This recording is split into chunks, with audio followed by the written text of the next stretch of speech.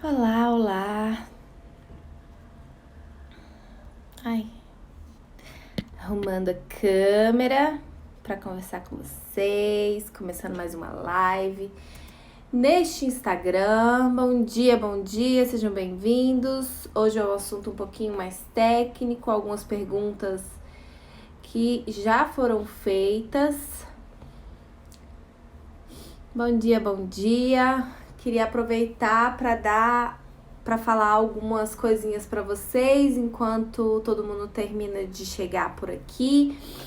Falar sobre a nossa palestra gratuita, em que a gente fala um pouco sobre bioética, o que é a bioética e o relacionamento dela com esse momento da pandemia que a gente vive. É uma palestra de 1 hora e um pouco que a gente deixou disponível. Basta você ir no Linktree, que você tem acesso no Linktree que a gente deixa na bio aqui do Insta. E aí você tem acesso e você consegue ver essa palestra nossa. Também tem nesse Linktree, vocês vão ver, vai ter acesso ali sobre... Bom dia, sejam bem-vindos, bem-vindas. Ali também no Linktree vocês vão ter acesso o nosso mapa mental, em que a gente conta um pouquinho da história do direito e da saúde. Então, quem ainda não tem, ainda não sabia que isso estava disponível ali, vai lá baixar, é tudo gratuito para vocês terem acesso. E também lembrar vocês da nossa comunidade do Biodireito no Telegram, porque a gente traz os assuntos aqui para vocês e lá na comunidade a gente consegue trazer mais desses assuntos. Porque é um pouco difícil, né? O Instagram, ele tem muitas ferramentas maravilhosas, como essas lives que a gente faz aqui com vocês, mas ele também tem suas limitações, né? E aí ali na comunidade, pelo Telegram, a gente consegue passar principalmente alguns arquivos, alguns julgados, e aí vocês têm acesso até para ser mais fácil para vocês encontrarem, né? Então, quem ainda não sabia disso, a comunidade no Telegram também é gratuita, você só tem que baixar o Telegram, né? É bom para o Telegram. Vocês têm que baixar o Telegram e participar. Tudo isso é 100% gratuito. E o nosso assunto de hoje, ele é um assunto que já pediram pra gente falar um pouco mais desse assunto pelas DMs. Também é uma coisa que a gente escuta muito o que vocês querem saber, porque às vezes a gente cria algumas pautas, às vezes não, a gente tem algumas pautas já estruturadas para trazer para vocês de assuntos que a gente sabe que são importantes de serem tratados. Mas se você tem alguma dúvida, alguma curiosidade sobre um julgado, ficou na dúvida daquilo ali, às vezes é uma ótima oportunidade para a gente trazer aqui, conversar com outros colegas e também tirar a sua dúvida, né? Então, nesse caso da responsabilidade civil do paciente, foi uma das dúvidas que nasceu em uma DM com uma das nossas alunas, que ela queria saber mais sobre essa questão. Faz parte do curso também. A gente traz no nosso curso do BNP sobre a responsabilidade civil, tanto do profissional, como do hospital, como do paciente, como das operadoras de saúde. Tem uma passagem ali no segundo módulo, principalmente não, faz parte do segundo módulo, essa parte que trata da responsabilidade civil, que é fundamental a gente entender. É impossível falar de contratos, termos, de atuar em biodireito sem falar de responsabilidade civil.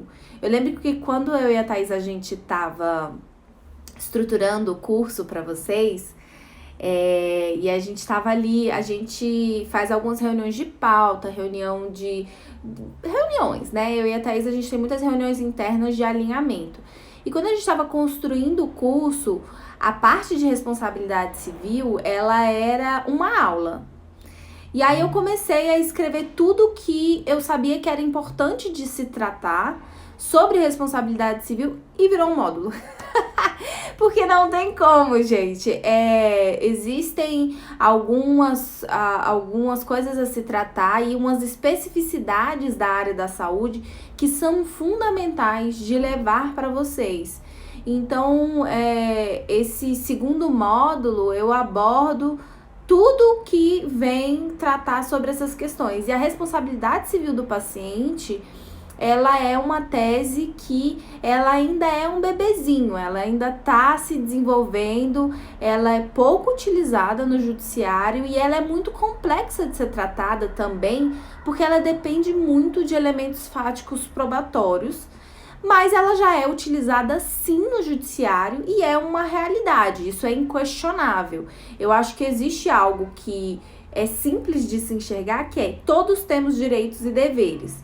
Em uma relação contratual, isso se torna mais óbvio ainda, né? Então, eu como receptor de um tratamento, tenho obrigação para com este tratamento. Então, eu, paciente, tenho obrigações com aquilo ali para trazer fruição ao que eu buscava, né? Então, quando a gente começa a pensar em responsabilidade civil do paciente, a gente tem que passar por essas questões que vão pensar em relação ao que é o tratamento e como que o paciente, ele é um partícipe desse tratamento. Porque por mais que o médico ele forneça a prescrição, forneça o tratamento, quem vai se utilizar desse tratamento é o paciente. E ele tem obrigações com isso, né? Isso eu acho que é algo que é muito fácil de se enxergar. Só que quando a gente pensa na prática, isso já vai começando a se entrelaçar e fica um pouco mais complicado. Bem-vindos, bem-vindos. Bom dia. Isso, quando a gente começa a trazer para a prática mesmo essa questão, ela se torna um pouco mais complexa de ser provada, vamos dizer assim, né? Porque quando a gente pensa em preventivo, olha, chegou um caminhão na minha quadra, porque é assim a vida. Mas vamos lá. Vamos continuar aqui. Então, quando a gente pensa em preventivo, a gente não pode esquecer da possibilidade de contencioso. Ou de, mesmo sendo uma questão extrajudicial, ela se torna necessária de a gente pensar no preventivo, como que a gente pode evitar que aquilo ali se desenvolva em uma questão mais grave. Então, no caso quando a gente pensa em responsabilidade civil do paciente, essa pessoa, enquanto paciente, ela é uma partícipe desse tratamento, dessa cirurgia.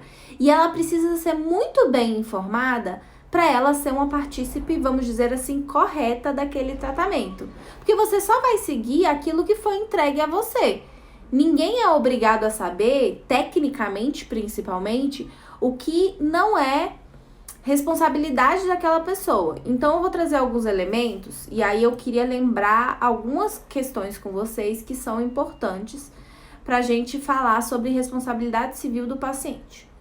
A primeira delas que a gente tem que falar são as obrigações. Quando a gente fala em obrigações em saúde, a gente tem obrigação de meio e obrigação de resultado. Então, geralmente, a maior parte dos profissionais de saúde, eles têm uma obrigação de meio. Qual é a obrigação? Que tipo de obrigação é essa? Eu vou me utilizar de toda a técnica e todo o conhecimento que eu adquiri na minha vida para te dar um medicamento para sua dor de garganta.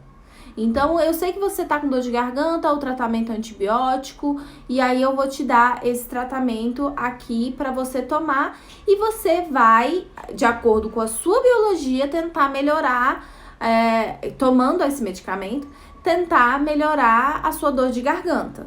Então, essa é a minha obrigação de meio, que te dá os meios necessários para combater a sua convalescença. Nome chique, né? Mas para combater a sua dor de garganta.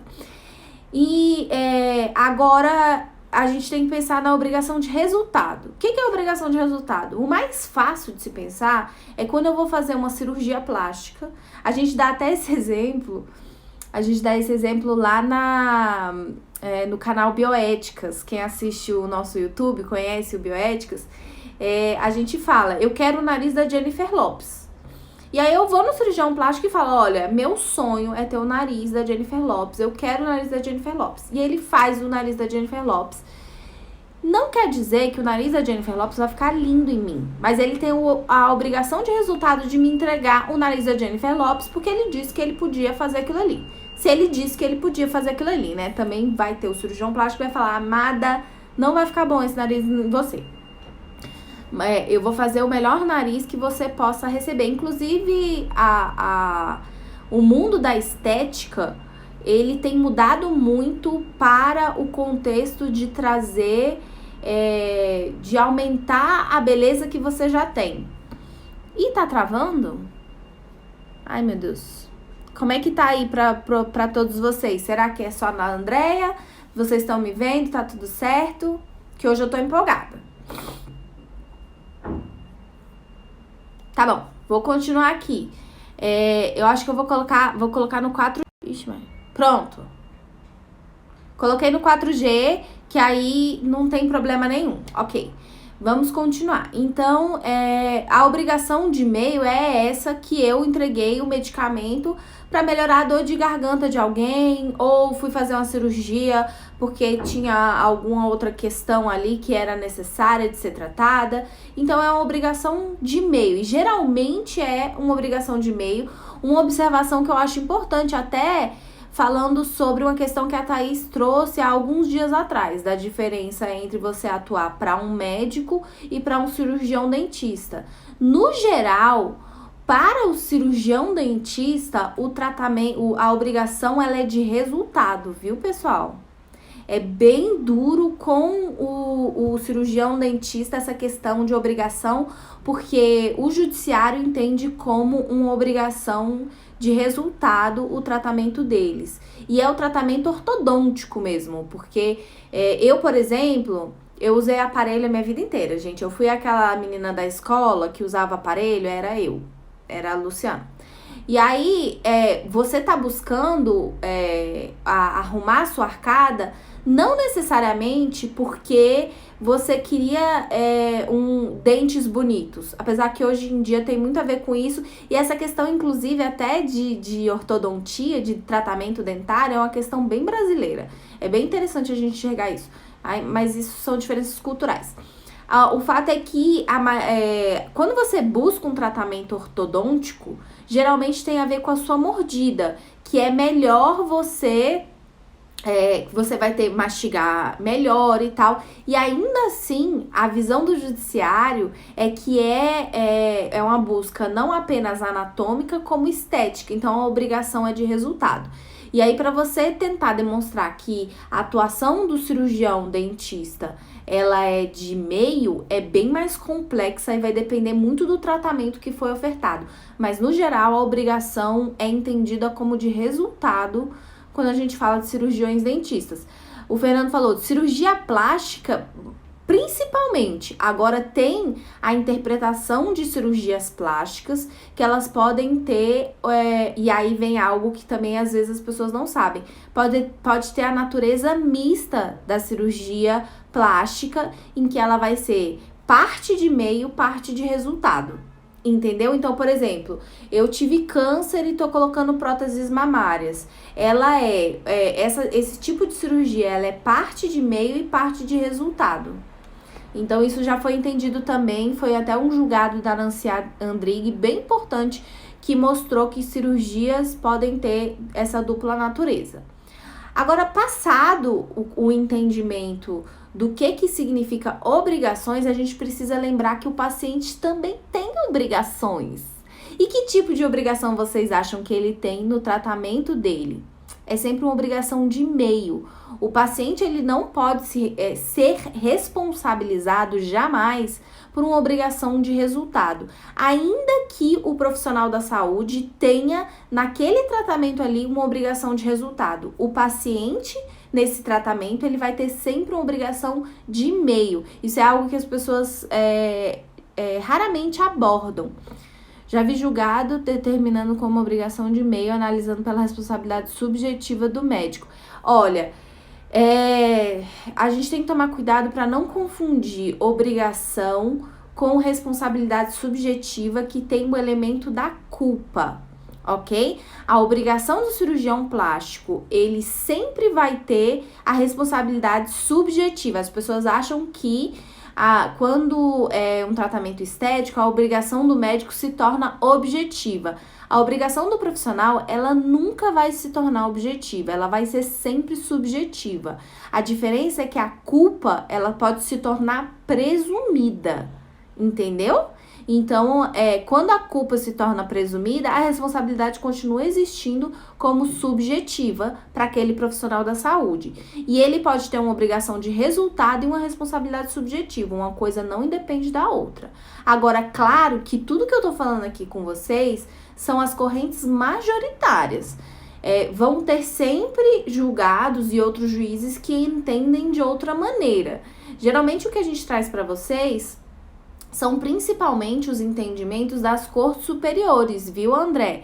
Então, é possível que tenha tido um juiz que tenha entendido que a obrigação do cirurgião plástico é de meio, até porque vai depender também da cirurgia, do contexto, de como que aquilo ali se sucedeu. Por exemplo, eu posso te mostrar que existe a possibilidade de ter responsabilidade subjetiva para uma pessoa jurídica. Então, assim, vai depender também muito do contexto e lembrando que o que eu tô trazendo para vocês aqui é uma corrente teórica. Então, assim, como eu falei, essa tese da responsabilidade do paciente, ela ainda é bebezinha. E a gente precisa trabalhar ela nas cortes para saber como que funciona, inclusive para os elementos que a gente vai colocar nos contratos, nos termos de consentimento. Então, a gente tem que tomar cuidado com o fato de que a gente está falando de direito.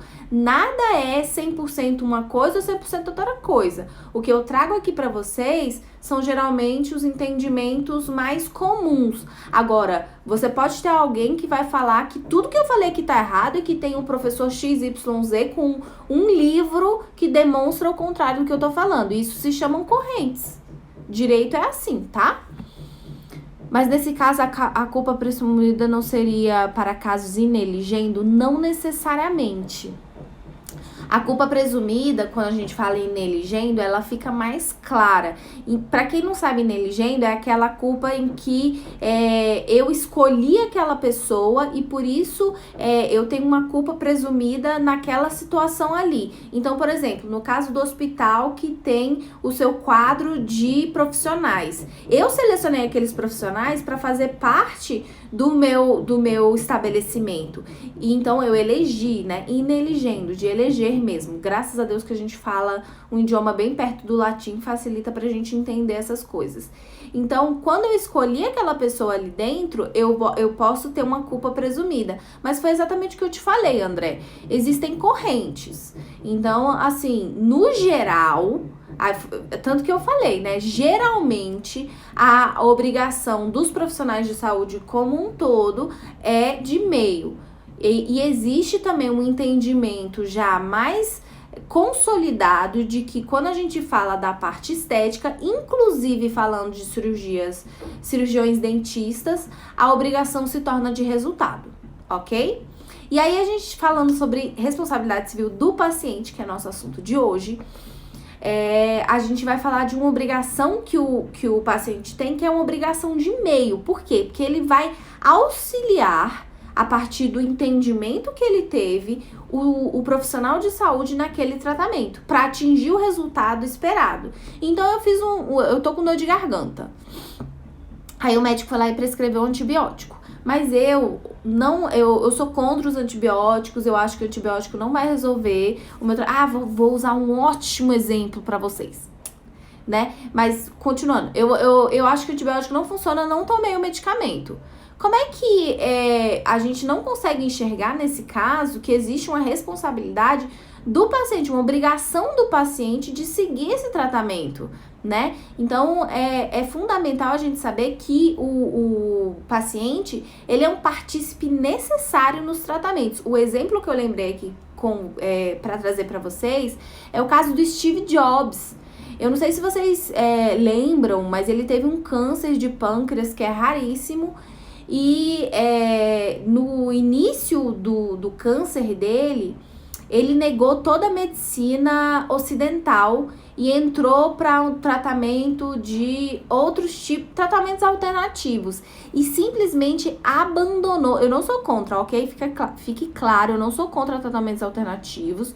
O negócio é que ele abandonou o tratamento ocidental de quimioterapia, de radioterapia, e aí aquilo ali agravou a situação dele. Existe, então, uma responsabilidade do Steve Jobs como paciente para o agravamento do que ele estava passando. E ele, como uma pessoa lúcida e capaz, tomou essas decisões de não seguir o tratamento.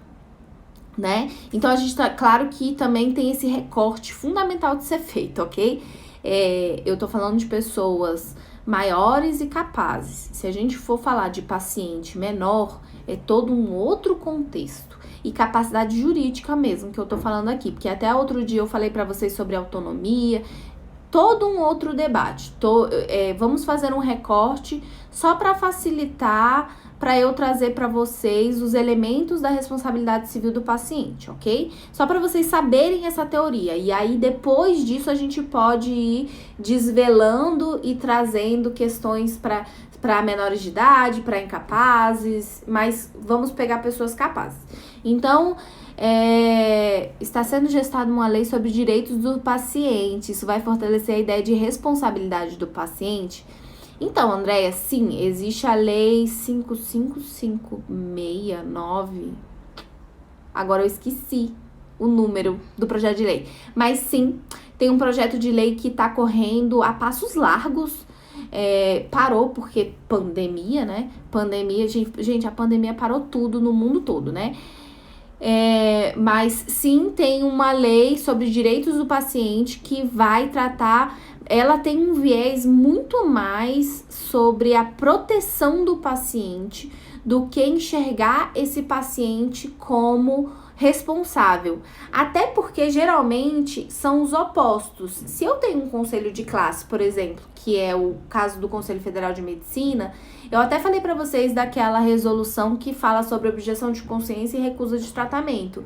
O viés dessa resolução do CFM é profundamente voltado para os profissionais de saúde médicos. Porque, afinal, é o conselho de classe que trouxe aquilo ali. Essa lei de direitos do paciente, ela fala muito mais do viés do paciente enquanto direitos e não deveres. Mas isso não deixa de significar que ele tem deveres. Agora, o problema é o seguinte, como a gente não tem lei nenhuma que regulamenta essa situação, a gente tem violações muito graves aos direitos do paciente. Então, por isso que é importante essa lei. Mas aqui a gente está falando principalmente dos deveres. E aí, voltando ao ponto da obrigação, a obrigação do paciente, ela vai ser sempre de meio, porque ela vai estar ali no contexto em que o paciente, ele vai ter que ser partícipe daquele tratamento.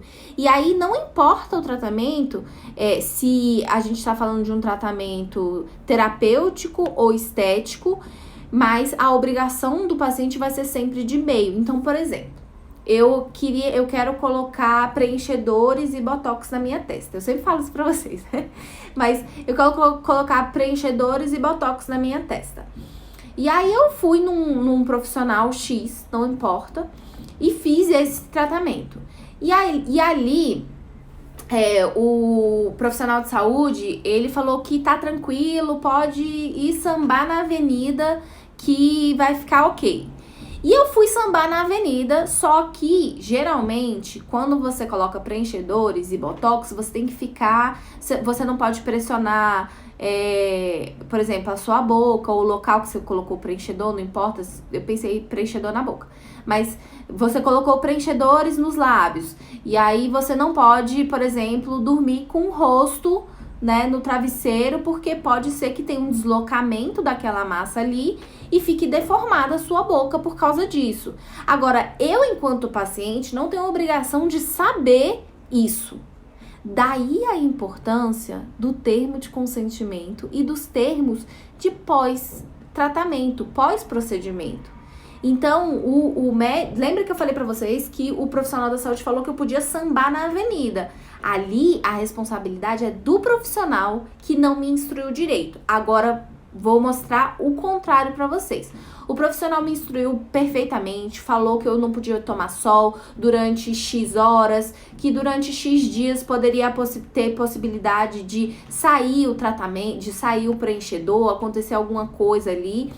E eu não posso pegar sol, não pode nada disso. Ele me explicou tudo, me entregou um termo de pós-procedimento, mas eu resolvi ir sambar na avenida. Aí sim, a minha obrigação ali continua sendo de meio e é responsabilidade minha enquanto paciente eu ter me exposto dessa maneira e aquilo ali causar, então, o dano que tiver causado depois. Tá entendendo? Olha como são questões que são muito delicadas e é complicado, e aí vem a parte de judiciário que é muito complicada. É muito complicado você comprovar que o paciente não tomou o medicamento, que o paciente não informou que ele estava tomando o medicamento, que poderia ter o efeito no medicamento que eu passei, porque quando a gente vai passar pela triagem, sempre perguntam, né? Você está tomando algum medicamento? É importante essa informação porque tem a ver até com tratamento terapêutico. Às vezes eu tomo um remédio porque eu tenho alguma outra questão e aquele medicamento pode interferir em outro medicamento. Então, é obrigação do paciente também levar todas as informações. Olha como o tratamento de saúde, olha como essa área da saúde, ela é muito delicada, né? E ela depende muito de informações dos dois lados. Agora, eu vou entrar, eu trouxe para vocês esse exemplo, e lembrando que a obrigação do paciente, ela é de meio, por isso é melhor ao médico o termo de consentimento esclarecido. Sim, o termo de consentimento livre e esclarecido, ele é fundamental em todos os tipos de tratamento. Não importa qual tratamento que você está prescrevendo. E ele é muito raro ainda nos tratamentos, quando a gente fala tratamentos diuturnos. Então, eu tô com dor de garganta, raramente você vai ver um termo de consentimento falando sobre antibiótico. Existe uma pressuposição de que todo mundo sabe que tomando antibiótico você não pode, por exemplo, tomar bebidas alcoólicas porque pode retardar o processamento do antibiótico no seu organismo. Existe uma pressuposição de que aquele medicamento vai parar de funcionar se você tomar bebidas alcoólicas. As pessoas não sabem disso, gente. Isso daí é uma pressuposição terrível de ser feita porque ela não é real, né? Se você busca informações, você começa a entender que tem a ver com a metabolização do medicamento. É uma coisa complicadíssima. Mas, enfim, existe essa obrigação do paciente na continuidade do tratamento, na melhora do tratamento, no resultado do tratamento. E é fundamental que essas informações elas estejam nos contratos que vocês estão fazendo, nos termos de consentimento que vocês estão fazendo e principalmente nos termos de pós-procedimento.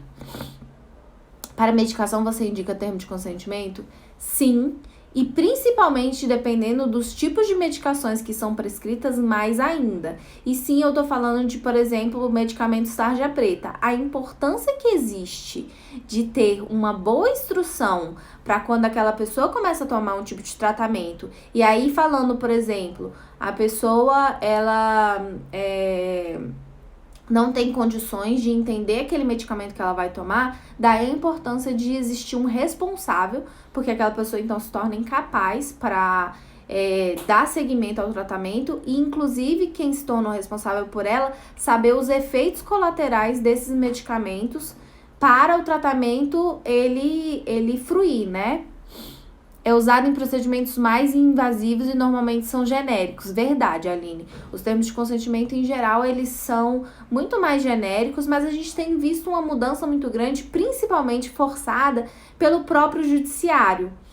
No nosso curso, a gente trouxe para vocês até uma análise de um termo de consentimento de uma questão do sírio-libanês, que tinha um termo de consentimento genérico, e a gente está falando do sírio. É de 2011 o julgado, se não me engano, já tem um bom tempo, né? A gente já tá em 2020, mas é de 2011, do próprio sírio-libanês, falando sobre termo de consentimento genérico e como o blanket consent não é mais aceito como informativo nessa relação profissional-paciente.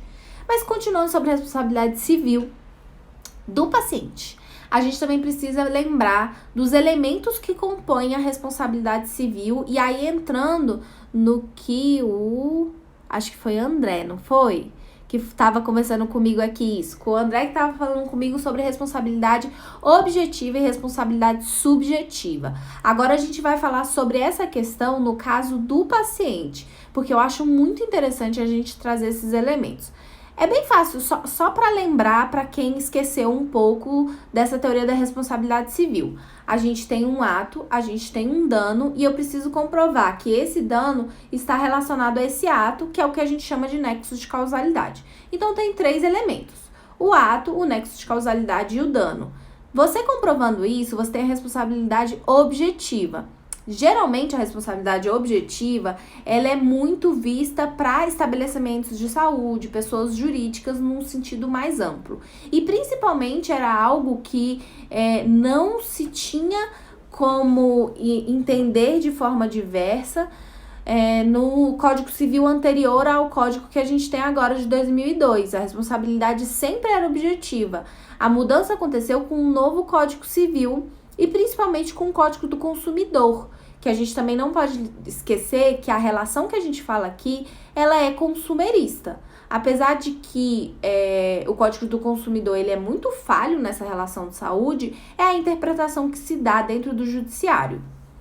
A Ciane falou: uma amiga minha fez cirurgia recente para colocar uma prótese de silicone que o médico não informou todos os cuidados do pós-cirúrgico. E por isso ela acabou tendo um problema leve. Aí, olha como é importante essa questão de informação. Ele não informou que ela deveria parar de tomar um medicamento. Nossa, na verdade poderia ter tido repercussões bem graves, né? Que bom que as questões foram leves.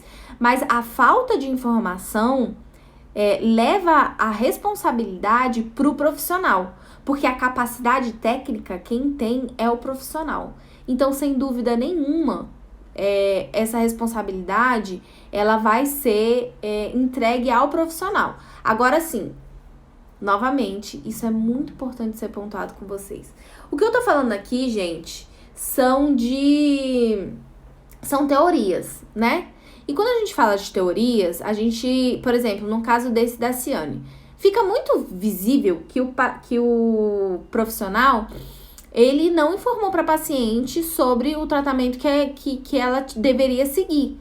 Então, é responsabilidade dele. Agora, você entrando na justiça, você vai ter que comprovar que ele não deu aquela informação. Na verdade, existe a inversão do ônus da prova e quem vai ter que comprovar é o profissional de que ele deu essas informações, né?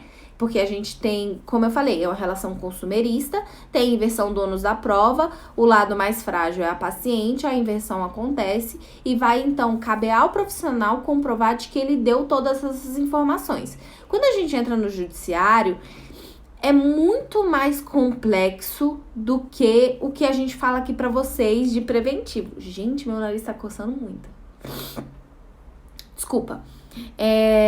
Então, quando a gente fala de judiciário, é muito mais complexo do que quando a gente fala de preventivo e consultivo, porque vai depender da interpretação do juiz, dos elementos fático-probatórios que você tem. O judiciário, ele é muito... como é que eu vou falar? Ele é muito da exegese, da interpretação da norma, né? O juiz, ele não pode se afastar da interpretação normativa que existe. E como a gente está falando de uma relação que é profundamente delicada e que tem repercussões muito graves, isso também se torna muito mais complexo de ser analisado e é quase que errado a gente falar que essa é uma relação consumerista. Então, é muito mais complexo e não existe jamais causa-ganha, porque vai depender dos elementos fático-probatórios que existem naquela relação daquelas pessoas ali. Entendeu? Por isso que a gente fala para vocês de tudo isso aqui e da importância do preventivo para construir um fluxo dentro das clínicas, ter elementos fático-probatórios, ter todo um cuidado de gerenciamento de risco para, se vier a ter uma causa judicializada no contencioso, que então se tenha todos esses elementos para demonstrar a atuação daquele profissional. Agora, eu acho interessante falar isso para vocês, porque a gente está vivendo quase que, a gente pode dizer, uma mini revolução do tratamento de saúde e de quem são os polos dessa relação, né? O profissional de saúde e o paciente, a gente tem tido uma mudança muito grande, principalmente no âmbito de gestão de como esse tratamento ele existe. Então, por exemplo, o fato de você ter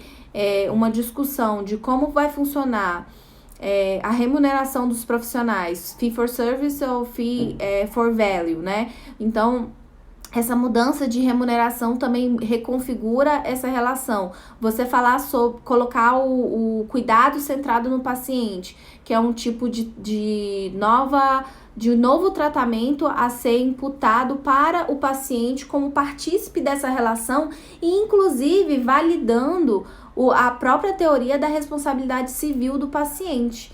Porque quando você coloca o cuidado centrado no paciente e você traz o paciente para o tratamento, você faz com que ele entenda que ele tem obrigações ali dentro. Agora, se você, enquanto profissional, é extremamente paternalista, decide tudo para o seu paciente e não passa as informações, como é que você vai esperar que aquele paciente tenha deveres naquela relação se você não entregou isso para ele? Então, também tem muito a ver com essa mudança que está acontecendo. A Giovana falou... Eu vi aqui, Giovana. Essa prova fica muito difícil de fazer, mesmo que haja o termo de consentimento. É isso que eu tava falando, Giovana.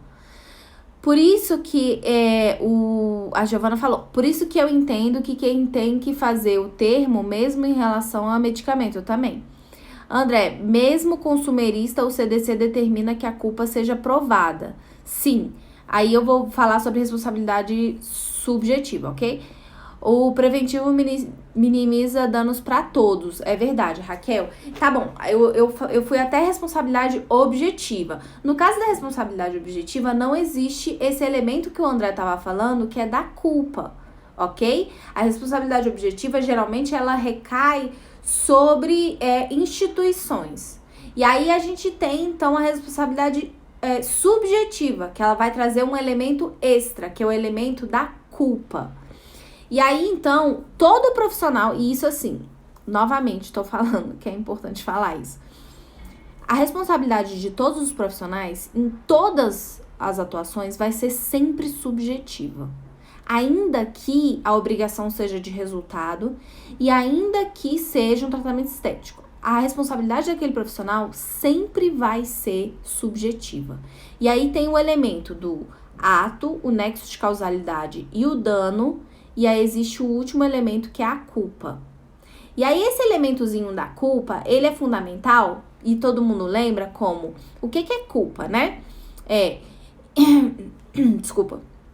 Negligência, imperícia e imprudência, ok? Então, quando a gente fala de culpa, a gente tem que lembrar disso aqui. Por mais que tenha tido um dano no ato do profissional, a gente precisa lembrar que tem que ter o elemento da culpa, então tem que ter tido o que se chama de erro médico, né, que é um termo, é um guarda-chuva para tudo que envolve saúde, infelizmente.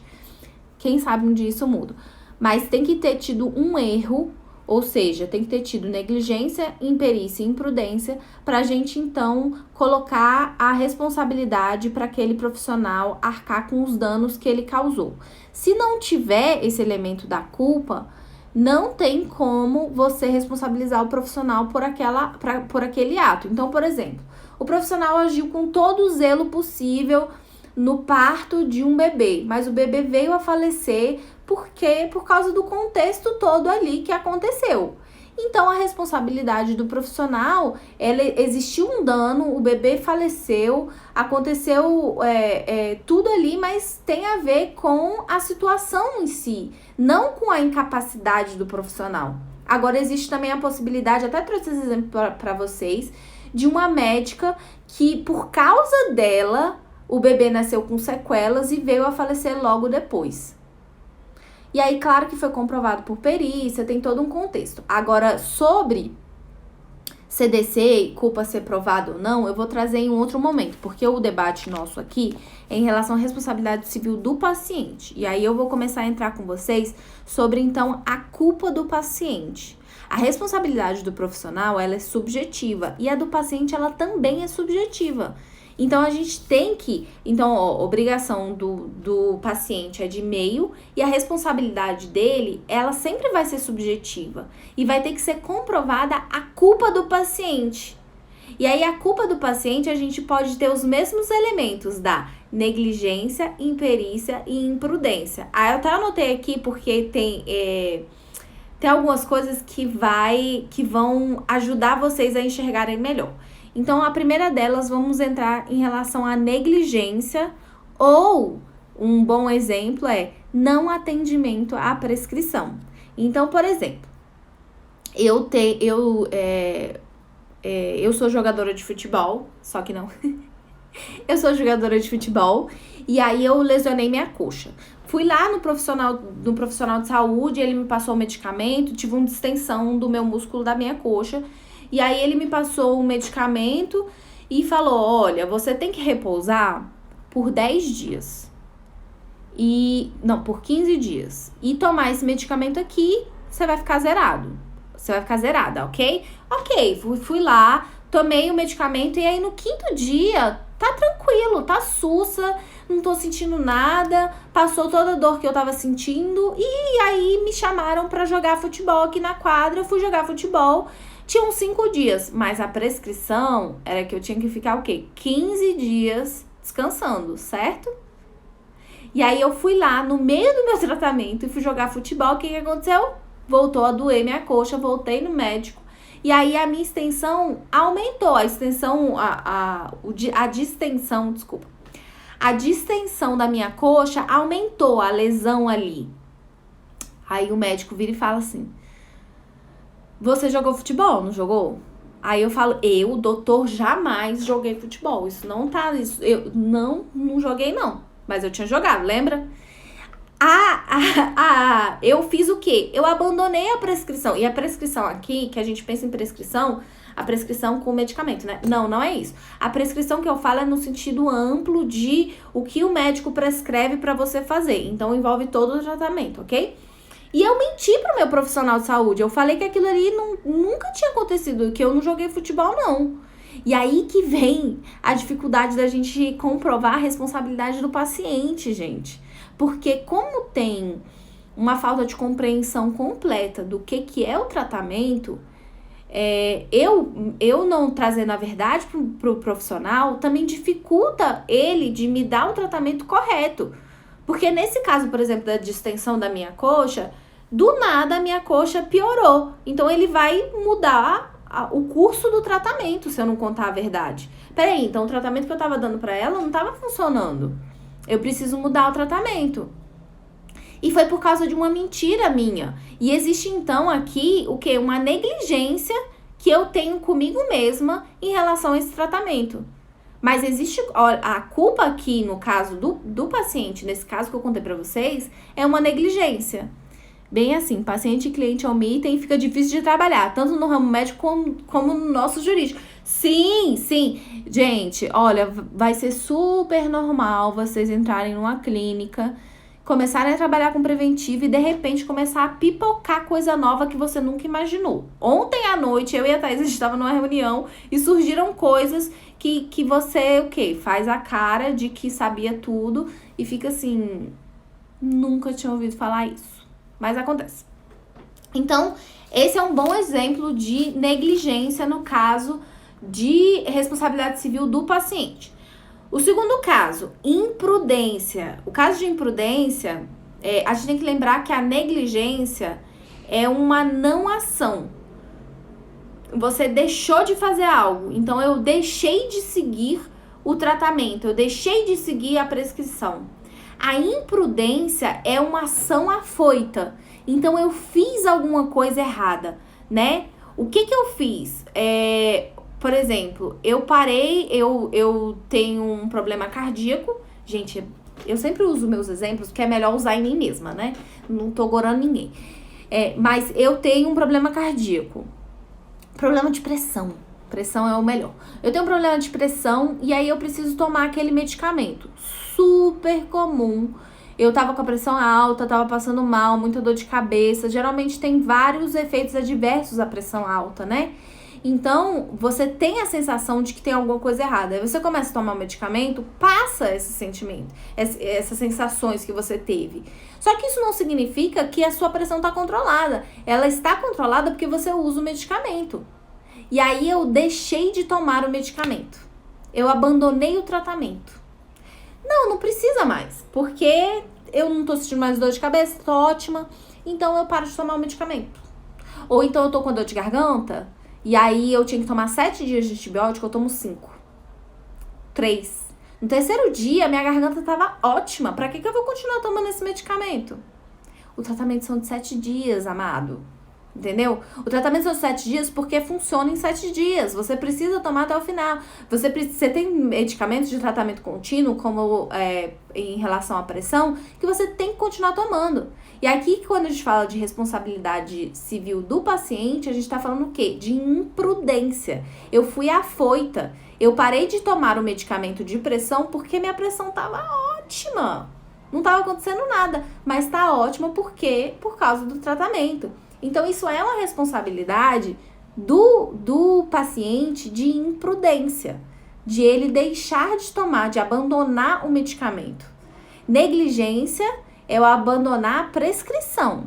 Então, eu deixei de seguir o que o médico mandou em relação à minha coxa. Imprudência foi uma ação. Eu deixei de tomar o medicamento. Tá entendendo? É bem sutil mesmo. E por último, imperícia. Imperícia, no caso... Ai. Gente, eu acho que tem alguma coisa que tá me dando alergia.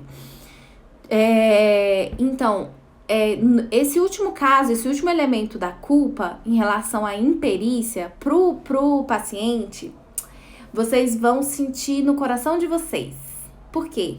Imperícia é quando eu não detenho o conhecimento e eu ajo em cima daquilo ali. Então, é falta da perícia, é falta de entender. Imperícia.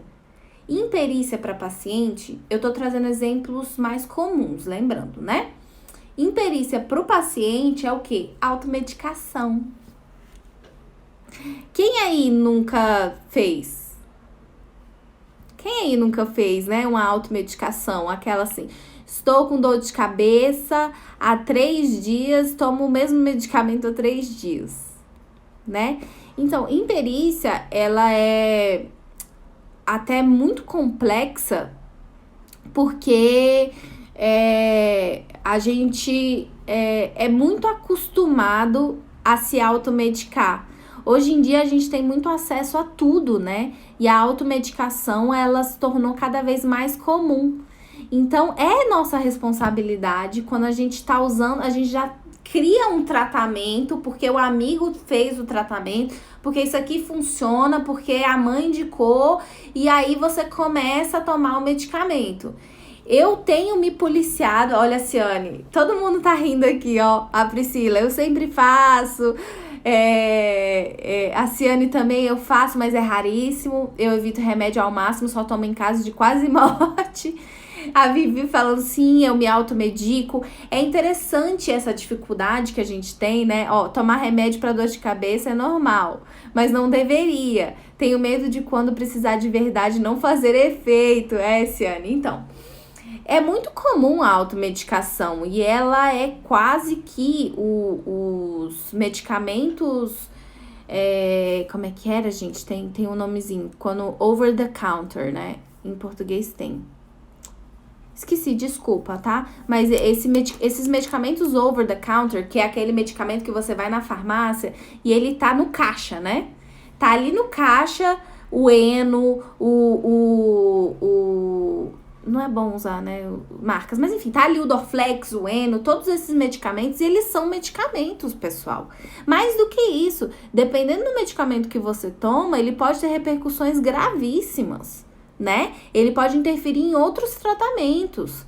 Então, a automedicação, ela é muito complexa, principalmente se desencadeia outras questões que às vezes você não sabia. Às vezes você nunca teve alergia a algum tipo de ativo. E aí, naquele momento ali, porque deu uma baixa na sua imunidade, você tem um efeito colateral de um medicamento que tem acesso livre. Então, a automedicação, ela é responsabilidade do paciente. E é uma responsabilidade por imperícia, por falta de conhecimento mesmo nosso. Médico é louco, todo mundo... médico e louco, todo mundo tem um pouco. Verdade, Fernando? É isso mesmo. Então, assim, revisando aqui o que eu falei pra vocês. A gente tem que lembrar que, então, falando de responsabilidade civil do paciente, essa é uma teoria que ela já é utilizada, sim. E ela precisa ser sempre colocada nos contratos de vocês. A gente sempre fala isso pra vocês, né? Todos os contratos que a gente faz entre profissional de saúde e paciente, a gente coloca ali as obrigações do profissional e as obrigações do paciente. É muito importante ter essas obrigações do paciente nos contratos que vocês vão escrever, porque ela existe sim. E a gente precisa saber qual é o tipo de obrigação. A obrigação do paciente também é de meio, assim como a nossa, assim como a do profissional, no sentido geral, tá bom? Lembrando disso, vai ter o caso de, por exemplo, o profissional tem uma obrigação de resultado, a obrigação do paciente continua sendo de meio, ok? Pode ser que tenha algum caso específico que a obrigação do paciente vai ser de resultado? Pode ser, mas aí eu queria desafiar vocês a trazer esse exemplo para mim, tá? Mas, no geral, a obrigação ela vai ser de meio. E sobre responsabilidade civil, a responsabilidade civil do paciente, ela vai ser 99,9% de subjetiva. Então, vai ter que ter o elemento da culpa. E aí, a gente vai lembrar, então. Lembrando, negligência é não atendimento à prescrição. Imprudência é o abandono do tratamento. E a imperícia, automedicação, quando a gente fala do paciente. Ok? É isso. Vivi, a gente tem colocado lá no YouTube do Bioéticas na Prática as nossas lives. Se para vocês verem depois, às vezes a gente não consegue salvar, porque também tem a ver com o temperamento do Instagram, né? Então é isso. Não deixem de conferir lá no YouTube essa live, se vocês não têm o pessoal entrando agora. Se vocês não viram, eu vou deixar disponível para vocês lá no YouTube. Se eu conseguir baixar essa live aqui, eu já coloco hoje ainda. Na comunidade do Biodireito eu vou trazer tudo que eu falei aqui para vocês mais coordenado, combinado? Então também confira lá. E é isso. Olha, Priscila, obrigada pela cartilha de publicidade, tá ótima, que bom, a gente tem disponível alguns e-books, tá? Também, e aí é do nosso escritório mesmo. Mas, que bom que foi bom pra você, Priscila, a intenção é essa mesmo, dos nossos e-books, das cartilhas, de tudo que a gente traz. Então, lá na comunidade do Biodireito eu vou trazer mais pra vocês. Hoje é sexta-feira, eu nem lembrava que era sexta. E aí a gente tá na sexta-feira aqui, bom descanso, bom final de semana. Amanhã não tem live, a próxima live vai ser segunda-feira, mas a gente continua postando aqui no feed, conversando com vocês lá na comunidade. Então também não deixem de conferir, tá bom?